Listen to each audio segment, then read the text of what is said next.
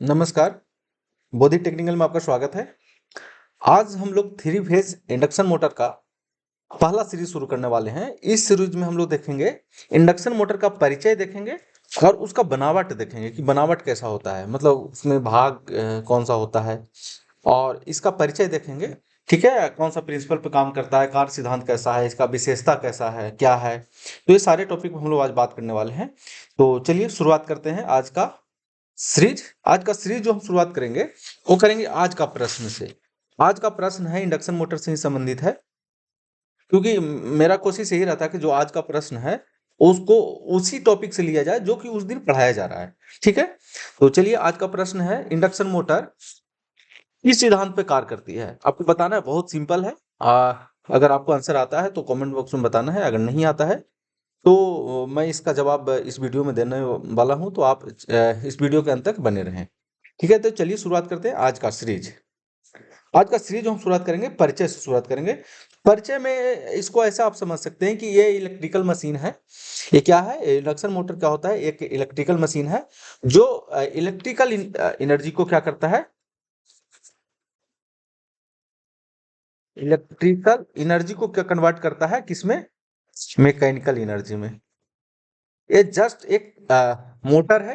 जैसे हम लोगों ने डीसी मोटर पढ़ा था, सेम उसी प्रकार का एक इसका है, मतलब उसी प्रकार का मशीन है। बस डिफरेंस ये है कि डीसी मोटर क्या करता था, वो एसी इलेक्ट्रिकल पावर को कन्वर्ट करता था mechanical energy, sorry, DC electrical power को कन्वर्ट करता था मैकेनिकल एनर्जी में। ठीक है, इसमें सिर्फ डिफरेंस ये है कि इसका जो इनपुट होगा ना, इनपुट होगा एसी वोल्टेज।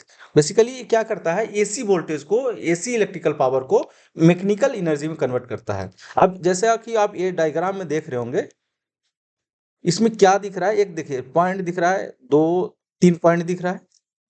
यहाँ पे जो लिखा है ये सॉफ्ट है।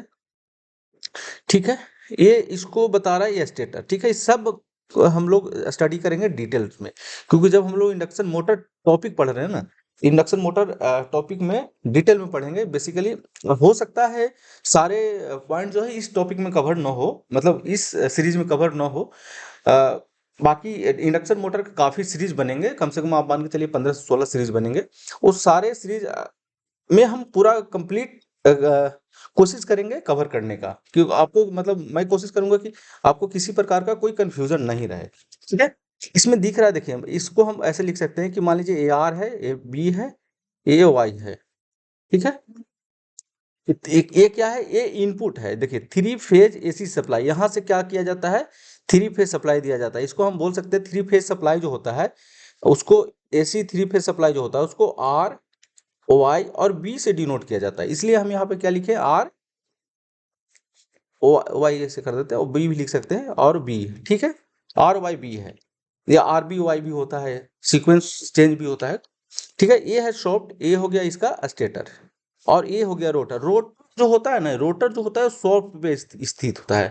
ठीक है, जैसे हम दूसरा फिगर में आपको दिखाना चाह रहे हैं, ये देखिए, जब आप फिगर देखेंगे थोड़ा विस्तार से देखते हैं। ये जो फिगर देखेंगे तो देखिए ये सॉफ्ट है, ये इसका बियरिंग है, और ये जो पार्ट है ना इसको हम लोग बोलते हैं रोटर। इसको क्या बोला जाता है, इसको रोटर बोला जाता है। ये जो पार्ट दिख रहा है रोटर है, और बाकी जो ये पार्ट है ना, ये जो है रोटर के बाद वाला जो स्थिर रहता है उसको स्टेटर बोला जाता है।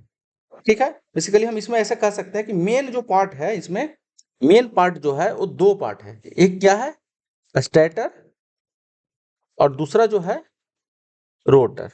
ठीक है, हम ऐसे अगर छोटा छोटा पार्ट में बांटेंगे तो इसको हम ऐसे भी बांट सकते हैं इसका, कि बीयरिंग भी है, बेरिंग भी है, और अगर हम इसका आगे बात कर सकते हैं तो सॉफ्ट को भी लिख सकते हैं कि सॉफ्ट भी है। ठीक है, लेकिन मेन जो पार्ट है ना स्टेटर और रोटर, जो कि इंपॉर्टेंट रोल निभाता है इसमें इंडक्शन मोटर को पावर, जो इलेक्ट्रिकल पावर को मैकेनिकल पावर में कन्वर्ट करने में।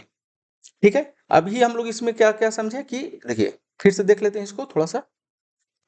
ये इनपुट है, ए आर वाई बी है, जहां से आर वाई बी दिया जा सकता है, सप्लाई दिया जा सकता है। ये सॉफ्ट है, ये रोटर है, और स्टेटर है। स्टेटर का काम है स्थिर रहना, रोटर का काम है रोटेट करना। जब इलेक्ट्रिकल पावर दिया जाता है इसमें अभी हम लोग सारा चीज परिचय में बात कर रहे हैं, ठीक है। इलेक्ट्रिकल पावर जब दिया जाता है तो इलेक्ट्रिकल पावर को विद्युत चुंबकीय प्रेरण सिद्धांत से क्या होता है, रोटर में जाता है और रोटर को में मैकेनिकल पावर डेवलप होता है, जो कि हमको जो मैकेनिकल पावर है वो कहाँ मिलता है, आउटपुट में शॉफ्ट पे, जो कि देखिए इस फिगर में शॉफ्ट दिख रहा है, यहाँ पे बड़ा सा फ्लाईव्हील लगा रहता है और इस फ्लाईव्हील पे हमको क्या होता है, मैकेनिकल पावर मिलता है, ठीक है। इसका जो गुण है ना, इसका जो मेन गुण है, आप ऐसे समझ सकते हैं, जैसे इसमें हम लोग बात की है ना कि पार्ट जो है, मेन पार्ट है वो दो है, एक है स्टेटर है और दूसरा क्या था, रोटर था, ठीक है। तो इसका गुण है ना कि इसका जो रख रखाव है ना, मेंटेनेंस कॉस्ट इसका बहुत कम होता है। इंडक्शन मोटर आप देखिए कहीं भी इंडस्ट्री में आप जाएंगे ना, तो सबसे ज्यादा इस्तेमाल जो आज के डेट में होता है वो इंडक्शन मोटर होता है। इसके वजह जो मेन है वो है कि इसका जो रख रखाव है, रख रखाव, वो कम होता है, कम खर्च पड़ता है,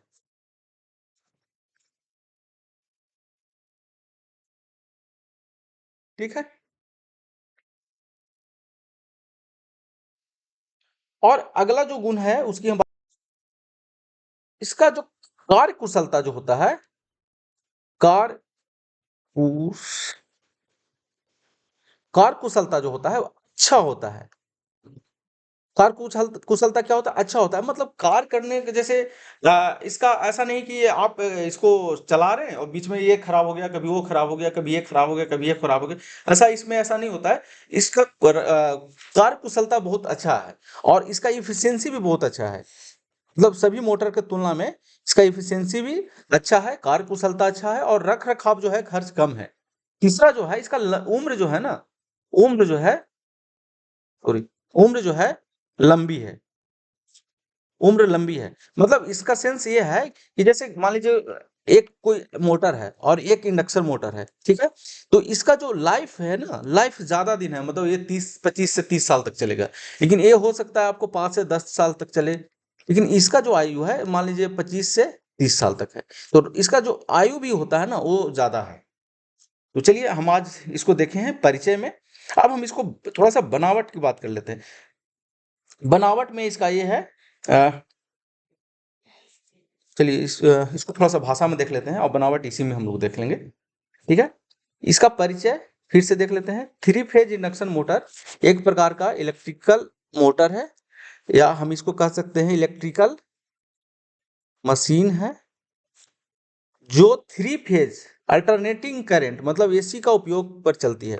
ये क्या करता है, एक किस पे चलती है, थ्री फेज अल्टरनेटिंग पे चलती है और आउटपुट में मैकेनिकल ऊर्जा देती है। आउटपुट में क्या करता है, मतलब हम कह सकते हैं कि थ्री फेज जो एसी है, जो एसी करंट है, एसी करंट को लेकर के वो क्या करता है, मैकेनिकल ऊर्जा देता है, ठीक है। ये अब ऐसे भी इसको दूसरे भाषा में कह सकते हैं कि ये क्या करता है, इलेक्ट्रिकल पावर को मैकेनिकल पावर में बदलता है, ठीक है।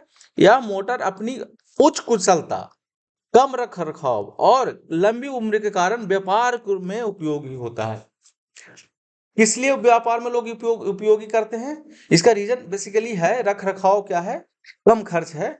अब ऐसे देखिए जनरली क्या होता है ना, जिसमें आपको कम खर्च हो, लंबी उम्र लाइफ ज्यादा हो, लाइफ ज्यादा हो, जैसे देखिए बाइक लोग खरीदते हैं तो जानते हैं कि यार ये ज्यादा दिन तक चलता है, रख रखाव मेंटेनेंस का, ऐसा मशीन तो कोई नहीं खरीदेंगे या कोई नहीं परचेज करेंगे कि यार आज खराब हो गया, कल खराब हो गया, परसों खराब हो गया, बार बार खराब हो रहा है, ऐसा कोई नहीं करता है। इससे इसके क्या होता है ना, उपयोग जो करते हैं ना, व्यापार में करते हैं, उस ज्यादा तौर पे इसका उपयोग किया जाता है, किसका, इंडक्शन मोटर का, थ्री फेज इंडक्शन मोटर का, ठीक है। अब हम बनावट में बात कर लेते हैं। बनावट में हम लोगों ने देखा कि इसका क्या होता है, दो पार्ट होता है।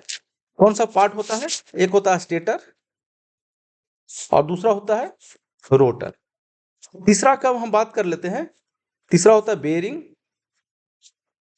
और चौथा जो होता है फैन होता है। इसको हम डिटेल में थोड़ा सा देख लेते हैं। स्टेटर जो होता है, स्टेटर मोटर का स्थिर भाग होता है। स्टेटर क्या होता है, मोटर का स्थिर भाग, जिसमें थ्री फेज क्वाइल लगे होते हैं, ठीक है। और एक क्वाइल एक दूसरे से 120 डिग्री एंगल पे होते हैं। थोड़ा सा इसको फिगर से हम लोग समझ लेते हैं।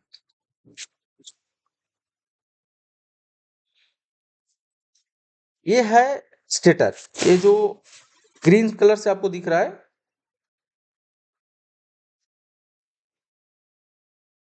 ठीक है, ये है रोटर, इसमें कनेक्टर बना हुआ है,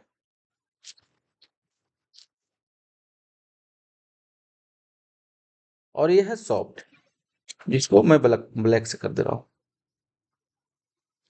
ठीक है। और सॉफ्ट जो होता है, सॉफ्ट जो होता है, उसके लिए स्टेटर से अलग करने के लिए क्या किया जाता है, बेरिंग इस्तेमाल किया जाता है। क्या इस्तेमाल किया जाता है, स्टेटर से रोटर को अलग करने के लिए या सॉफ्ट को अलग करने के लिए क्या इस्तेमाल किया जाता है, बेरिंग इस्तेमाल किया जाता है। ये मान लीजिए सॉफ्ट है और सॉफ्ट पे बेरिंग, सॉफ्ट के लिए बेरिंग है, ठीक है।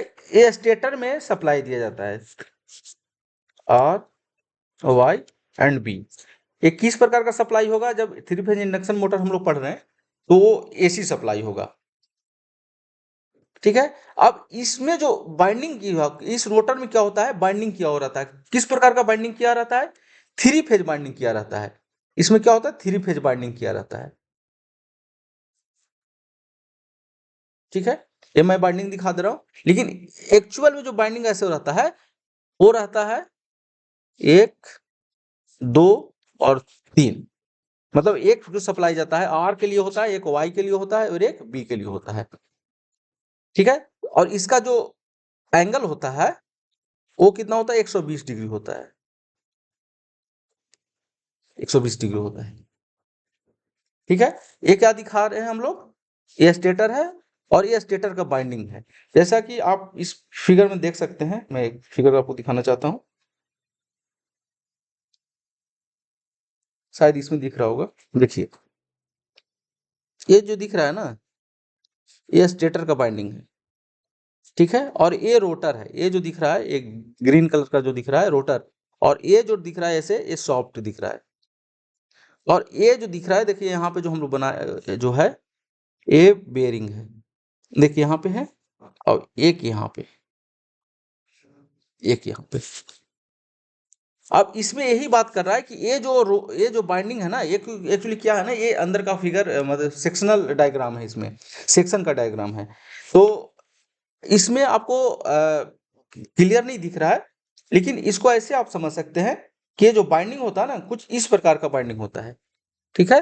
3 बाइंडिंग होता है, जो कि तीनों बाइंडिंग क्या होता है, एक दूसरे से 120 डिग्री एंगल पे होता है,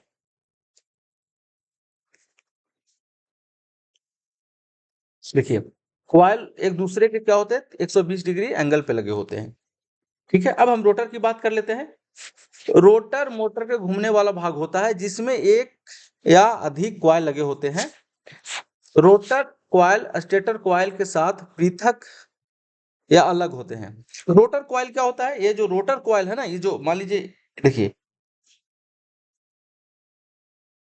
देखिए ये भी एक प्रकार का क्या है, ये बाइंडिंग क्या है, रोटर है। रोटर किसका है, इंडक्शन मोटर का, ठीक है। अब इसमें जो मेन पॉइंट आ रहा है ना, कि जैसे ये स्टेटर है, ये स्टेटर है और ये रोटर है, तो क्या स्टेटर कॉइल और रोटर कॉइल एक दूसरे से कनेक्टेड होता है, तो नहीं, ऐसा नहीं होता, दोनों क्या होता है, अलग होता है, अलग होता है, ठीक है। मतलब अलग और पृथक कह सकते हैं, पृथक होता है। ऐसा नहीं कि स्टेटर कॉइल और रोटर कॉइल जो होता है एक दूसरे से कनेक्टेड होता है, नहीं होता है, अलग होता है।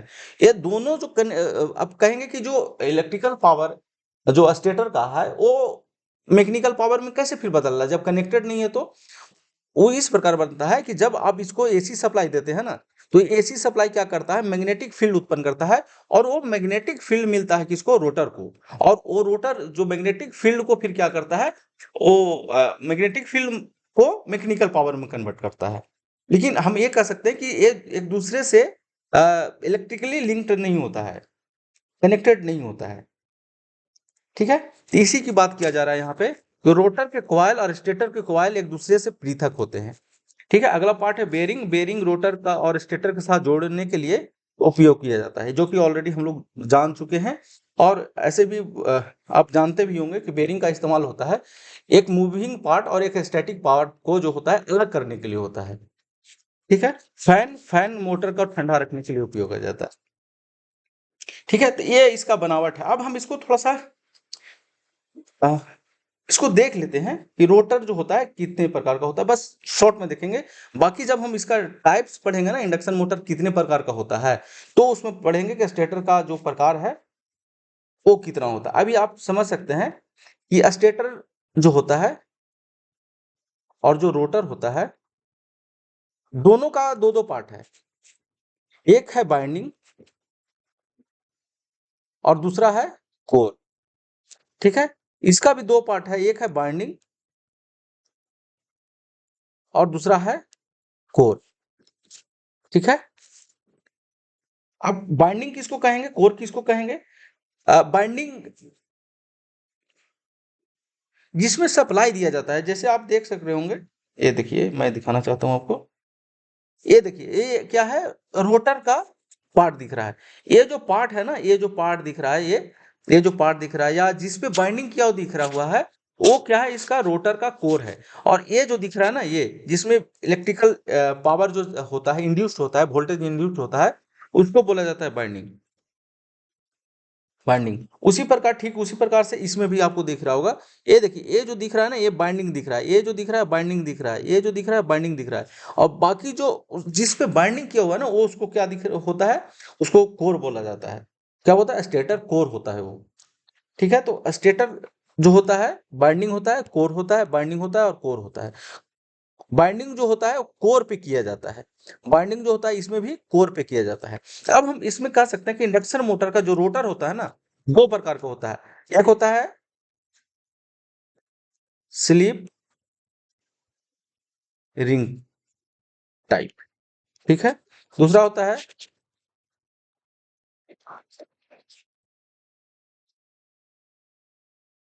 Squirrel cage type. एक हो गया स्लिप रिंग टाइप और एक होता है स्क्वायरल केज टाइप। ये अभी आप समझिए कि ये दो प्रकार का होता है। सिर्फ जब हम इंडक्शन मोटर के टाइप पढ़ेंगे ना, तो इसको हम डिटेल में देखेंगे कि स्क्वायरल केज टाइप क्यों बनाया जाता है, स्लिप रिंग टाइप क्यों बनाया जाता है, और इससे दोनों बनाने का क्या रीजन हो सकता है, क्या कारण है कि भाई दोनों बनाने का, एक से काम क्यों नहीं चला, दूसरा काम क्यों बनाने की जरूरत पड़ा, और इसका परफॉर्मेंस कैसा है। मान लीजिए स्लिप रिंग इंडक्शन मोटर है, तो उसका परफॉर्मेंस कैसा है, इंडक्शन मोटर जो है अगर है इस्तेमाल हो रहा है तो उसका परफॉर्मेंस कैसा होता है। तो अभी आप ये समझ सकते हैं कि रोटर भी क्या होता है, दो प्रकार का होता है, स्लिप रिंग रोटर और स्क्वायरल केज। बेसिकली इसको बाइंडिंग के आधार पर बोला गया, समझ रहे हैं ना। ये जो बाइंडिंग है ना, ये है हमारा स्लिप रिंग। स्लिप रिंग देखिए, ये जो रिंग इस्तेमाल किया गया है ये स्लिप रिंग है, इसलिए इस रोटर को स्लिप रिंग टाइप बोला गया। और देखिए ये जो रोटर है ना, ये है स्क्वायरल केज, क्योंकि इसमें बाइंडिंग नहीं है, इसमें केज डाला हुआ है, मोटा मोटा रड डाला हुआ है। वो अभी दिख नहीं रहा है, जब हम डिटेल में बात करेंगे ना तब वो बात करेंगे इसको। ठीक है, अगर मुझे कहीं दिख रहा हो तो मैं, देखिए ये जो दिख रहा है ना, ये केज टाइप होता है। देखिए केज है, इसको बोला जाता है केज होता है। ठीक है, जब हम टाइप पढ़ेंगे तो उसमें पढ़ लेंगे डिटेल में। अभी आप सिर्फ बनावट समझिए, फिर इसका हम विशेषता समझेंगे।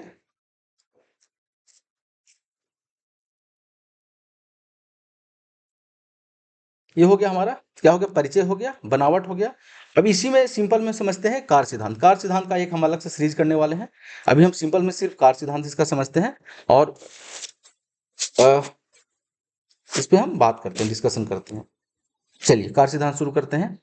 जब थ्री फेज एसी मोटर के कॉइल में प्रवाहित होती है, जब थ्री फेज एसी स्टेटर के कॉइल में प्रवाहित होती है, कॉइल में प्रवाहित होती है, ठीक है। स्टेटर के कॉइल में थ्री फेज एसी प्रवाहित होती है, तो स्टेटर में एक चुंबकीय क्षेत्र उत्पन्न होता है। स्टेटर में क्या होता है, चुंबकीय क्षेत्र उत्पन्न होता है। फिर उसके बाद क्या होता है, उसके बाद होता है रोटर के कॉइल में भी एक चुंबकीय क्षेत्र उत्पन्न होता है। क्यों, क्योंकि जब स्टेटर का कॉइल में ईएमएफ उत्पन्न होगा, रोटेटिंग सॉरी चुंबकीय क्षेत्र उत्पन्न होगा, उसी के अंदर में क्या है, उसी के अंदर में रोटर रहता है, तो रोटर में भी बाइंडिंग रहता है या केज रहता है। वो जो इंडक्शन जो मैग्नेटिक फील्ड है, वो रोटर के बाइंडिंग को काटता है, तो उसमें भी एक चुंबकीय क्षेत्र उत्पन्न हो जाता है। यही कह रहा है, रोटर के कॉइल में भी एक चुंबकीय क्षेत्र उत्पन्न होता है, जो स्टेटर के चुंबकीय क्षेत्र के साथ परस्पर क्रिया करता है। ठीक है, ये सारे हम डिटेल्स में नेक्स्ट सीरीज में करने वाले हैं। ठीक है, दोनों चुंबकीय क्षेत्र के बीच परस्पर क्रिया से रोटर में एक बल लगता है। दोनों क्षेत्र है, स्टेटर और रोटर, दोनों में मैग्नेटिक फील्ड है। फील्ड तो दोनों का है ना, स्टेटर का फील्ड है और रोटर का फील्ड। दोनों को फील्ड के कारण जो प्रतिक्रिया है या क्रिया है, उसके कारण क्या होता है, रोटर में एक फोर्स डेवलप हो जाता है। फोर्स किस में डेवलप होगा, रोटर में। ठीक है, जिसके कारण क्या होता है, जो रोटर के घूमने के लिए प्रेरित करता है, जो क्या करता है, रोटर को घूमने के लिए प्रेरित करता है। ठीक है, नेक्स्ट पॉइंट है, रोटर की गति स्टेटर के चुंबकीय क्षेत्र के साथ तालमेल बिठाने के लिए समायोजित होता है, जिससे मोटर की कुशलता बढ़ जाती है। ठीक है, ये क्या है ना कि जब रोटर गति करता है तो चुंबकीय क्षेत्र के साथ वो तालमेल बैठाना चाहता है, जिससे क्या होता है, मोटर का जो कुशलता बढ़ जाती है, एफिशिएंसी बढ़ जाती है। ठीक है, ये हो गया इसका कार्य सिद्धांत, बहुत सिंपल में, क्योंकि हम अभी बनावट और परिचय पे सिर्फ फोकस कर रहे हैं, कार्य सिद्धांत पे मेरा फोकस नहीं है। कार्य सिद्धांत जो हम टॉपिक करने वाले हैं नेक्स्ट सीरीज में करने वाले हैं, बहुत डिटेल से करने वाले हैं। ठीक है, अब इसका विशेषता समझ लेते हैं कि 3 फेज इंडक्शन मोटर है, उसका विशेषता क्या है जिसके कारण इतना ज्यादा इस्तेमाल होता है। तो इसको ऐसे समझ सकते हैं, उच्च कुशलता है इसका। ठीक है, कुशलता कहने का मतलब इसका जो आप पावर दे रहे हैं, इसमें लॉसेस कम है, इफिशिएंसी कम है, मेंटेनेंस कम लगता है, मतलब मेंटेनेंस खर्च इसका कम है, एज काफी ज्यादा है, और कहीं भी रख दीजिए खराब होने का नाम नहीं लेगा। पानी में भी चलते रहते, मतलब पानी के अंदर नहीं, लेकिन जब बारिश उरिश हो रहा है तो उसमें भी ये चलता रहेगा, ऐसा है। ठीक है, तो समझते हैं, 3 फेज इंडक्शन मोटर की कुशलता बहुत अधिक होती है, जो 90% से अधिक होती है। ठीक है, अगला पॉइंट है कम रख रखाव। 3 फेज इंडक्शन मोटर का रख रखाव बहुत कम होता है, क्योंकि इसमें कोई ब्रश स्लिप रिंग नहीं होता है। आप कहेंगे कि सर स्लिप रिंग में तो होता है, तो स्लिप रिंग इंडक्शन मोटर का इस्तेमाल स्क्वायरल केज की तुलना में कम होता है, क्योंकि इसका मेंटेनेंस कॉस्ट ज्यादा होता है स्लिप रिंग का। जब हम दोनों का टाइप्स पढ़ेंगे तो उसमें समझ गए कि स्क्वायरल केज का जो इस्तेमाल कहाँ पे होता है, और स्लिप रिंग जो मोटर है, इंडक्शन मोटर है, उसका इस्तेमाल कहाँ होता है। ठीक है, लंबी उम्र, 3 फेज इंडक्शन मोटर का उम्र बहुत लंबी होती है, जो 20 से 30 वर्ष तक हो सकती है। इसका उम्र काफी लंबा है, जो कि 20 से 30 वर्ष तक होती है। उच्च शक्ति, 3 फेज इंडक्शन मोटर की शक्ति उच्च प्रदान कर सकती है, जो कई किलो वाट तक होती है। एक्चुअली क्या होता है ना, इसको बड़े बड़े मोटर बनाया जा सकता है। बड़े बड़े इंडक्शन मोटर आप देखे होंगे मशीन, जब आप फैक्ट्री में जाएंगे तो काफी बड़ा बड़ा इंडक्शन मोटर है, मतलब ये उच्च शक्ति प्रदान करने के लिए भी इस प्रकार के मोटर का उपयोग किया जाता है। तो चलिए, उम्मीद है कि आपको ये सीरीज समझ में आया होगा। परिचय और बनावट, बनावट को भी हम लोगों ने डिस्कशन किया, परिचय को भी देखा। अब हमारा जो आज का सवाल जो है, आज का जो प्रश्न है, उसका हम आंसर की ओर चलते हैं। इंडक्शन मोटर किस प्रकार किस सिद्धांत पर कार्य करती है? तो इंडक्शन जैसा ही नाम है, जिस प्रकार से नाम है ना, तो एक इंडक्शन प्रिंसिपल पर ही काम करता है ये। ठीक है, इंडक्शन मोटर जो है, 3 फेज इंडक्शन मोटर है, 3 फेज इंडक्शन मोटर बोलिए, सिंगल फेज इंडक्शन मोटर बोलिए, तो ये इंडक्शन प्रिंसिपल पे ही काम करता है। इसको हम कंप्लीट शब्द में अगर बोलेंगे ना, तो इसको बोलेंगे Faraday day law of electromagnetic induction principal. ठीक है, ये Faraday law of electromagnetic induction principal पे काम करता है। तो आज का प्रश्न का जवाब ये है, Faraday law of electromagnetic induction. तो चलिए, उम्मीद है ये वीडियो आपको अच्छा लगा होगा। अगर अच्छा लगा है तो मेरे चैनल को सब्सक्राइब करिए, लाइक करिए, और इस प्रकार के वीडियो देखने के लिए आप प्ले लिस्ट में जाकर के काफी सारे वीडियो आप देख सकते हैं। चलिए, आज के लिए इतना ही, थैंक यू।